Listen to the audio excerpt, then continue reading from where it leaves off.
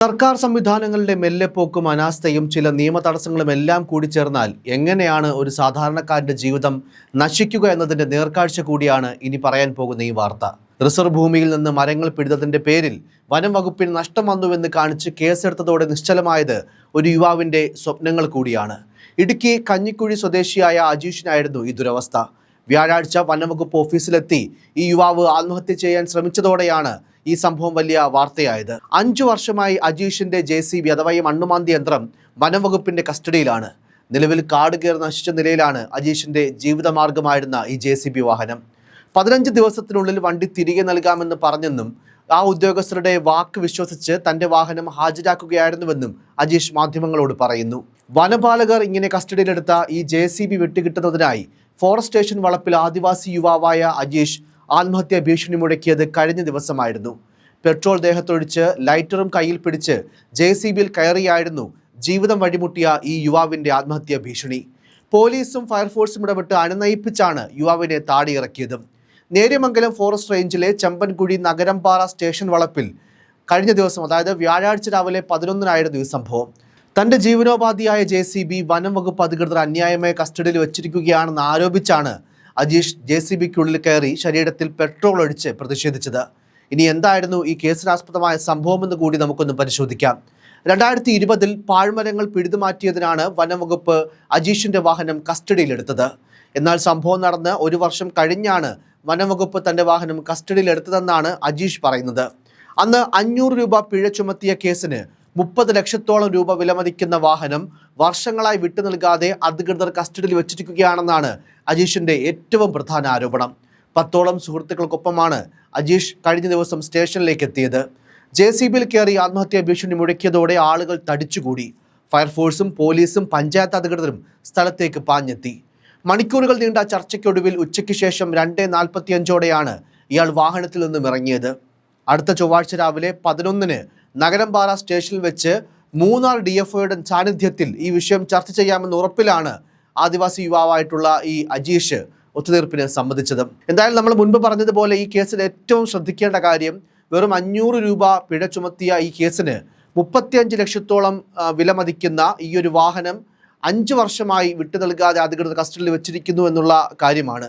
ഒരുപക്ഷെ ഈ കേസുമായി ബന്ധപ്പെട്ട് പരിഹരിക്കാനാവുന്ന എന്തെങ്കിലും ഫോർമാലിറ്റിയുടെ പേരിലാണെങ്കിലും അതൊരു യുവാവിന്റെ ജീവിതത്തെ കൂടിയാണ് തകർക്കുന്നതെന്നും ചെയ്യാൻ പറ്റുന്ന എന്തെങ്കിലും കാര്യമാണെങ്കിൽ അത് പരിഹരിച്ച് ആ വാഹനം തിരികെ നൽകിക്കൂടെ എന്ന് ഈ വാർത്തകൾക്ക് ആർക്കെങ്കിലും തോന്നിയാലും നമുക്കൊരിക്കലും അതിനെ കുറ്റം പറയാൻ സാധിക്കില്ല. തനിക്കെതിരായ പരാതി എന്താണെന്ന് പോലും അറിയില്ല. 500 രൂപയുടെ പിഴയുടെ പേരിൽ 35 ലക്ഷത്തിന്റെ വണ്ടി 5 വർഷമായി പിടിച്ചിട്ടിരിക്കുകയാണെന്നും അജീഷ് പറയുന്നു. ഇന്ന് തരാം നാളെ തരാം എന്ന് പറഞ്ഞ് പറ്റിക്കുകയാണ്. 49,951 രൂപ വീതം മാസം അടയ്ക്കുകയാണ്. ഭാര്യയും മക്കളുമുണ്ട്. പണിയെടുത്ത് മാസം പണം അടയ്ക്കാതിരിക്കാൻ പറ്റില്ലല്ലോ എന്നും അജീഷ് ചോദിച്ചു. ആഗ്രഹം കൊണ്ടും വരുമാനം എന്ന നിലയ്ക്കുമാണ് വണ്ടിയെടുത്തത്. റിസർവ് വനത്തിൽ കയറി താൻ ഇതുവരെ ജോലി ചെയ്തിട്ടില്ല.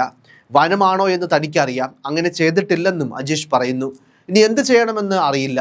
5 വർഷം കാത്തിരുന്നു. അവർ പറഞ്ഞ വാക്ക് വിശ്വസിച്ച് വണ്ടി കൊടുക്കുകയായിരുന്നു. വണ്ടി വിട്ടുതരാമെന്ന് പറഞ്ഞ് പറ്റിച്ചു. പിന്നീട് വണ്ടി വിട്ടുതരാമെന്ന് അന്നവർ പറഞ്ഞിട്ടില്ലെന്നും അജീഷ് പറയുന്നു. അങ്ങനെ പറഞ്ഞവർ തന്നെയാണ് കോടതിയിൽ പോയത്. വാക്കിന് അന്തസ്സുണ്ടോ എന്നും സങ്കടം സഹിക്കവയ്യാതെ അജീഷ് ചോദിക്കുന്നുണ്ട്. കണ്ടവർ ഷോ കാണിക്കുന്നതിനെല്ലാം താൻ പ്രതികരിക്കണോ എന്ന് ഈ സംഭവത്തോട് അനൗദ്യോഗികമായി പ്രതികരിച്ച വനം വകുപ്പ് മന്ത്രി ഷിബു ബേബി ജോൺ പിന്നീട് ഈ സംഭവം വലിയ വാർത്തയായതോടെ ഈ വിഷയത്തിൽ ഇടപെട്ടിരുന്നു. പ്രശ്നം ഉടൻ പരിഹരിക്കുമെന്ന് മന്ത്രിയുടെ ഓഫീസ് അറിയിച്ചു. 2020 ജൂലൈ 15-നായിരുന്നു കേസിനാസ്പദമായ സംഭവം നടന്നത്. കഞ്ഞിക്കുഴി സ്വദേശിയായ സൽമോന്റെ ഭൂമിയിലായിരുന്നു JCB ഉപയോഗിച്ച് അജീഷ് വീടിന് തറയൊരുക്കിയത്. ഇതിന്റെ സമീപത്ത് നിന്നിരുന്ന മരങ്ങൾ പിഴുതുവെന്നും ഇതിലൂടെ സർക്കാരിന് 500 രൂപ നഷ്ടം വന്നുവെന്നുമായിരുന്നു കേസ്. 2021 ഡിസംബറിൽ വാഹനം ഹാജരാക്കാൻ അജീഷിനോട് വനംവകുപ്പ് ഉദ്യോഗസ്ഥർ ആവശ്യപ്പെട്ടു. നഗരംപാറ ഫോറസ്റ്റ് ഓഫീസിൽ വാഹനം ഹാജരാക്കി. ആദ്യം 2 ദിവസത്തിനകം വാഹനം തിരികെ നൽകുമെന്നാണ് പറഞ്ഞത്. പിന്നീട് 5 വർഷമാവുകയായിരുന്നു. സംഭവത്തിൽ വനംവകുപ്പിനുണ്ടായ നഷ്ടം 500 രൂപ മാത്രമാണെന്ന് കുറ്റപത്രത്തിലും രേഖപ്പെടുത്തിയിരുന്നു. എന്നിട്ടും കോടതി ഉത്തരവുണ്ടായിട്ട് പോലും വാഹനം വിട്ടുകിട്ടിയിട്ടില്ലെന്നും അജീഷ് പറയുന്നുണ്ട്. എൻ്റെ ജീവനായിരുന്നു ആ വണ്ടി. കുടുംബം പോറ്റിയിരുന്നത് അതുകൊണ്ടാണ്. 5 വർഷമായി ഇങ്ങനെ കിടക്കുകയാണ്. ബാങ്ക് വായ്പ അടയ്ക്കാൻ കഴിയുന്നില്ല. മക്കളെ നോക്കാനും വീട്ടുചെലവ് നടത്താനും മാർഗമില്ല. കേസിൽ എൻ്റെ ജീവിതം മുഴുവൻ നഷ്ടമായി. ഓമനിച്ചെടുത്ത വണ്ടിയാണെന്നും 5 വർഷക്കാലം ചങ്കായി കൊണ്ടു നടന്നതാണെന്നും അത് നശിച്ചു പോകുന്നത് കാണുമ്പോൾ സങ്കടമുണ്ടെന്നും കണ്ണീരോടെ അജീഷ് പറയുന്നു. ഇതുമൂലം വലിയ സാമ്പത്തിക ബാധ്യതയും കടബാധ്യതയും നേരിടേണ്ടി വന്നെന്നും അജീഷ് ആരോപിക്കുന്നുണ്ട്.